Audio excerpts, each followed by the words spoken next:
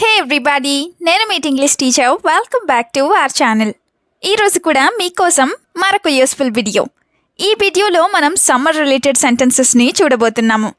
మనం సమ్మర్లో ఎక్కువగా యూస్ చేస్తూ ఉండే సెంటెన్సెస్ని ఇంగ్లీష్లో ఈజీగా ఏ విధంగా చెప్పాలో క్లియర్గా కొన్ని ఎగ్జాంపుల్స్తో ఇప్పుడు ఈ వీడియోలో చూసేద్దాం.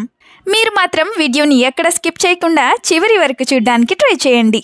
వీడియో కనుక యూస్ఫుల్గా అనిపిస్తే మర్చిపోకుండా ఒక లైక్ చేయండి. మీరు చేసే లైక్ ద్వారా ఈ వీడియో మరికొంతమందికి రికమెండ్ అవుతుంది. So please like this video and also subscribe to English teacher for more such videos. ఇప్పుడైతే ప్రీవియస్ వీడియోలో నేను మిమ్మల్ని 2 క్వశ్చన్స్ అడిగాను కదా, వాటి యొక్క ఆన్సర్స్ని చూసేద్దాం. ఫస్ట్ వన్ ఈజ్, ఈ పిక్చర్లో ఉన్నట్టుగా వాసన చూడటాన్ని మనం స్నిఫింగ్ అని చెప్తాం. Now the second question is, నువ్వు ఉద్యోగం ఎందుకు మానేశావు? ఈ సెంటెన్స్ని ఇంగ్లీష్లో why did you quit your job ఈ విధంగా అడుగుతాం. క్విట్టింగ్ అంటే మానేయడం అని. ఇప్పుడు మీకోసం ఈ వీడియోలో అయితే 2 క్వశ్చన్స్ ఉంటాయి కదా, వాటిలో ఫస్ట్ వన్ ఈజ్ వడదెబ్బ. ఎండలో ఎక్కువగా తిరుగుతూ ఉంటే ఇలా వడదెబ్బ తగులుతూ ఉంటుంది కదా, అయితే వడదెబ్బని ఇంగ్లీష్లో ఏ విధంగా చెప్తాం? What do we call it in English? Let me know in the comments. ఇప్పుడు మీకోసం సెకండ్ క్వశ్చన్, నువ్వు సన్ స్క్రీన్ రాసుకుని వెళ్ళు. ఈ సెంటెన్స్ని మీరు ఇంగ్లీష్లో ఎలా చెప్తారో తప్పకుండా కామెంట్ సెక్షన్లో కామెంట్ చేసి నాకు తెలియజేయండి. ఇదే విధంగా మీ సపోర్ట్ని ఎప్పుడు మీ లైక్స్ అండ్ కామెంట్స్ ద్వారా తెలియజేస్తూనే ఉండండి. ఇప్పుడైతే లేట్ చేయకుండా మన వీడియో స్టార్ట్ చేసేద్దాం. Let's get started. Sentence number 1 of this video is, ఎండాకాలం త్వరగా వచ్చేసింది. ఆల్రెడీ ఎండాకాలం వచ్చేసింది కదా, సో దీన్ని మనం ఇంగ్లీష్లో సమ్మర్ హ్యాస్ కమ్ క్విక్లీ ఈ విధంగా చెప్తాం. Summer has come or summer has arrived అంటే ఎండాకాలం వచ్చేసింది అని. For example, it seems to me that the sun will be very high this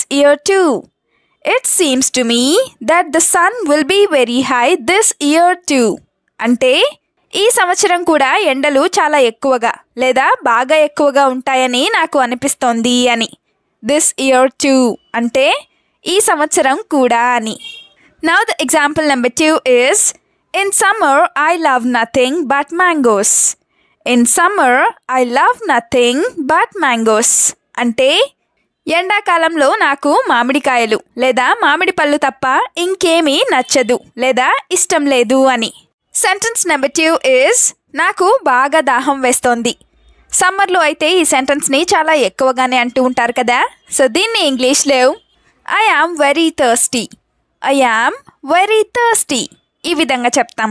thirsty అంటే దాహంగా అని, థర్స్ట్ అంటే దాహం అని. For example, I feel like having a cool drink. Can you go get it for me right away?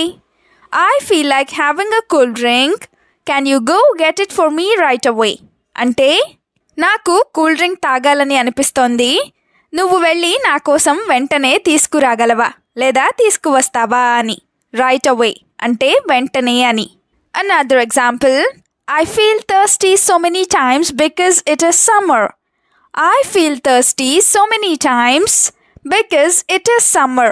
అంటే నాకు చాలాసార్లు దాహం వేస్తుంది ఎందుకంటే ఎండాకాలం కాబట్టి అని. సెంటెన్స్ నెంబర్ 3 ఈజ్, ఎండలో ఎందుకు తర్వాత వెళ్దాం. ఎవరైనా ఎండలో బయటికి వెళ్దామన్నప్పుడు ఇలా అంటూ ఉంటారు కదా, సో దీన్ని ఇంగ్లీష్లో Why in the sun, let's go later ఈ విధంగా చెప్తాం. Why in the sun అంటే ఎండలో ఎందుకు అని, later అంటే తర్వాత అని. Now the first example is, if we go shopping at this time, we turn black like a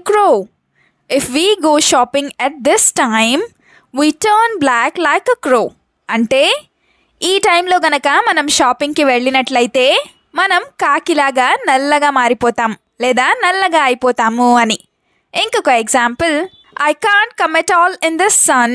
If you want to go. Or I can't come at all in this sun. If you want to go, you can go.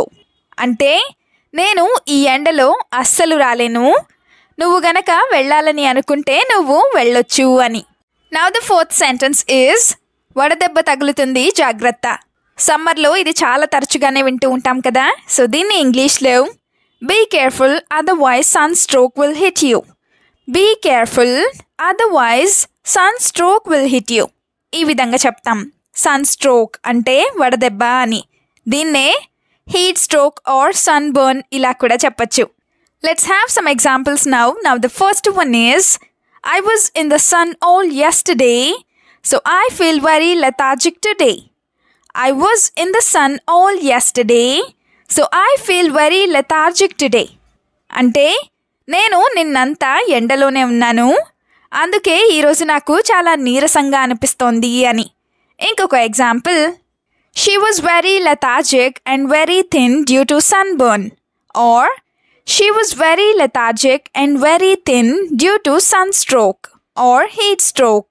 అంటే ఆమె వడదెబ్బ కారణంగా లేదా ఆమె వడదెబ్బ వల్ల చాలా నీరసంగా అలాగే చాలా సన్నగా అయిపోయింది అని. Now the fifth sentence is చెమటలతో తడిచిపోయాను లేదా చెమటతో తడిచిపోయాను. సమ్మర్ అన్నాక చెమటలు అనేవి చాలా కామన్గా ఉంటాయి కదా. సో దీన్ని ఇంగ్లీష్లో I was drenched in sweat.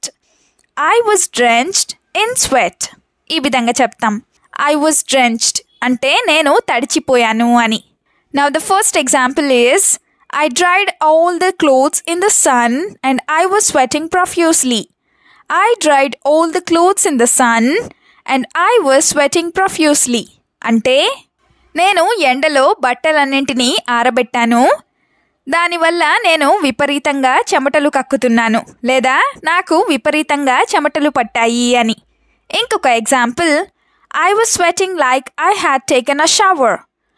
I was sweating like I had taken a shower. అంటే నేను స్నానం చేసినట్లుగా లేదా నాకు స్నానం చేసినట్లుగా చెమటలు పడుతున్నాయి అని. సెంటెన్స్ నెంబర్ 6 ఈజ్ ఎండకి చల్లగా ఏదైనా తాగాలని ఉంది. ఇది కూడా చాలాసార్లు అంటూ ఉంటారు కదా. సో దీన్ని ఇంగ్లీష్లో I wanted to drink something cold because of the sun. I wanted to drink something cold because of the sun. ఈ విధంగా చెప్తాం. Because of the sun అంటే ఎండ వల్ల లేదా ఎండ కారణంగా అని. For example, She made me cold lemon water and I felt very good in my stomach. She made me cold lemon water and I felt very good in my stomach. అంటే ఆమె నా కోసం చల్లని నిమ్మరసం లేదా చల్లని నిమ్మకాయ నీళ్లు ఇచ్చింది, దానివల్ల నా పొట్టలో చాలా బాగుంది అని. ఇంకొక example, carry this water bottle while going out or you carry this water bottle while going out. అంటే నువ్వు బయటకు వెళ్ళేటప్పుడు ఈ వాటర్ బాటిల్ని తీసుకొని వెళ్ళు లేదా క్యారీ చెయ్యి అని. నెక్స్ట్ సెంటెన్స్ ఈజ్ ఈ నెల కరెంట్ బిల్ ఎక్కువ వస్తుంది. సమ్మర్లో ఏసీలు, కూలర్లు, ఫ్రిడ్జ్లు ఎక్కువగా వాడటం వల్ల కరెంట్ బిల్ ఎక్కువగానే వస్తుంది కదా. సో దీన్ని ఇంగ్లీష్లో the current bill will be higher this month or this month the current bill will be higher. ఈ విధంగా చెప్తాం. For example, why do you keep the AC on from morning to night? Why do you keep the AC on from morning to night? అంటే నువ్వు ఉదయం నుంచి రాత్రి వరకు AC on చేసే ఎందుకు ఉంచుతావు అని. ఇంకొక example, you pay the bill for the electricity you use. You pay the bill for the electricity you use. అంటే నువ్వు యూజ్ చేసిన కరెంట్కి వచ్చిన బిల్లుని నువ్వే కట్టు లేదా నువ్వే చెల్లించు అని. నా ద లాస్ట్ సెంటెన్స్ ఈజ్ నువ్వు ఏసీలోనే ఉంటావా? చాలామంది ఇలా చేస్తూ ఉంటారు కదా. సో దీన్ని ఇంగ్లీష్లో do you stay in the AC? Do you stay in the AC? ఈ విధంగా అడుగుతాం. అదే do you always stay in the AC అంటే నువ్వు ఎప్పుడు ఏసీలోనే ఉంటావా అని. For example, staying in AC too much is not good for your health. Staying in AC too much is not good for your health అంటే ఎక్కువగా ఏసీలో ఉండటం నీ ఆరోగ్యానికి మంచిది కాదు అని. ఇంకొక example, I am saying this for your health and not for the current bill. I am saying this for your health and not for the current bill. అంటే ఇది నేను నీ ఆరోగ్యం కోసమే చెప్తున్నాను, కరెంట్ బిల్ గురించి కాదు అని. వీడియోని ఎండ్ వరకు చూసినందుకు థ్యాంక్ యూ సో మచ్. వీడియోలో ఉన్న సెంటెన్సెస్ అన్నీ తరచూ ప్రాక్టీస్ చేస్తూ ఉన్నట్లయితే you will become a better and fluent English speaker. ఈ వీడియో మీకు ఏ విధంగా అనిపించిందో మీ ఫీడ్బ్యాక్ని మాత్రం తప్పనిసరిగా కామెంట్ సెక్షన్లో కామెంట్ చేసి చెప్పండి. We'll meet you again with a useful and interesting video. Until then, keep learning, keep practicing, and keep supporting Tinglish Teacher. Have a good day. Bye bye.